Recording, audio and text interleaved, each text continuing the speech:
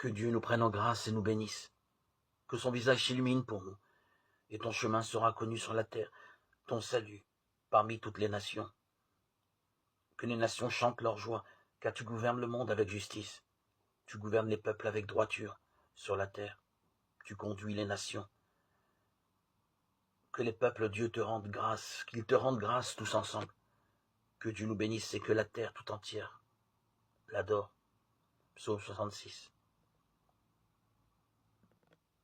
Frères, lorsqu'est venue la plénitude des temps, Dieu a envoyé son Fils, né d'une femme et soumis à la loi de Moïse, afin de racheter ceux qui étaient soumis à la loi, et pour que nous soyons adoptés comme fils.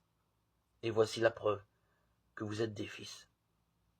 Dieu a envoyé l'Esprit de son Fils dans nos cœurs. Et cet Esprit crie « Abba », c'est-à-dire Père. Ainsi, tu n'es plus esclave, mais fils, et puisque tu es fils, tu es aussi héritier. C'est l'œuvre de Dieu.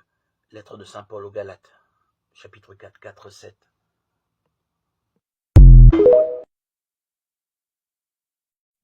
Seriez-vous subjugué par un flot de mauvaises pensées qui vous entraînerait dans un tourbillon terrible, qu'il vous faudrait essayer de limiter les pertes, de sauver des cheveux, ces cheveux si précieux qui formeront des montagnes au fil des ans et qui vous amèneront à votre surprise aux plus grandes victoires.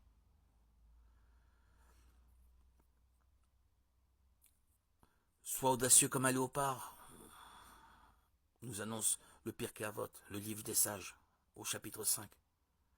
De même que l'arrogance est impardonnable, l'audace bien placée est indispensable. Sans l'audace du tigre, comment braver l'adversité de ceux qui cherchent à nous détourner, y compris nos propres instincts? Pour parvenir à oser, il faut emplir son cœur de joie, car la joie en Dieu est votre puissance. Néhémie 8:10. Alors nous oserons.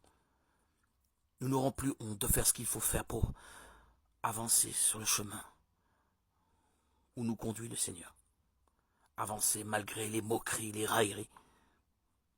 Nous affirmerons avec force notre position. De l'audace, il nous en faudra aussi pour briser notre timidité et demander au Maître tout ce dont nous avons besoin. Ô Seigneur Jésus, amène-moi à un repentir sincère, à affronter l'antagonisme du monde. On nous cherchera querelle, on nous vexera, on nous intimidera. L'essentiel est de ne jamais répliquer, de ne pas relever les affronts, de ne pas riposter aux provocations, aux moqueries, et simultanément de ne pas capituler.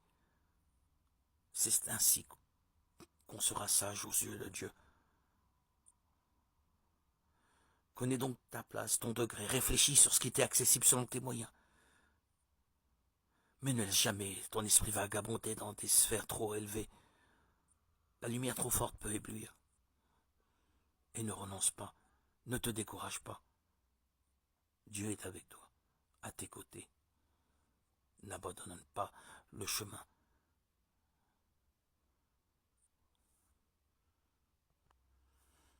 Menant à la sanctification.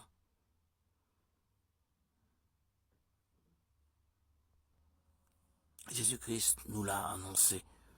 Il est le chemin, la vérité et la vie. Demeure attaché en lui. Tu seras délivré, libéré de l'esclavage du péché. Sois fort et obstiné sur le chemin.